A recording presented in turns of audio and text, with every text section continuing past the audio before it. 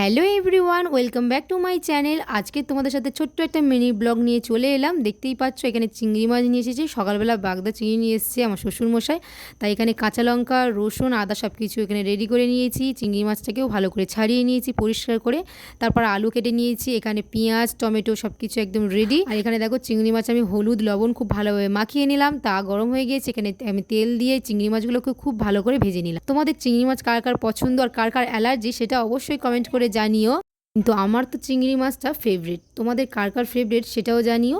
কড়াইতে দেখো তেলের মধ্যে দেখো এক এক করে মশলা সব দিয়ে দিয়েছি। পেঁয়াজ, টমেটো, আদা, রসুন সব কিছু দেওয়ার পরে হলুদ লবণ দিয়ে খুব ভালোভাবে মশলাটা কষিয়ে নিয়েছি। ব্যাস সিম্পল রান্না, কিন্তু দারুণ লেগেছে। তারপরে একটু জল দিয়ে একদম পুরো একদম ঝোলটা দেখো অল্প ফুটতে, তারপরে এর মধ্যে দিয়ে দিয়েছি আলুটা। আগে আমি ভেজে নিয়েছিলাম, তারপরে চিংড়ি মাছ আলু একসাথে দেওয়ার পরে এর মধ্যে দিয়েছিলাম একটু জিরে আর একটু সর্ষে বাটা দিয়ে দিয়েছিলাম লাস্টে। কিন্তু দারুণ লেগেছিলো খেতে।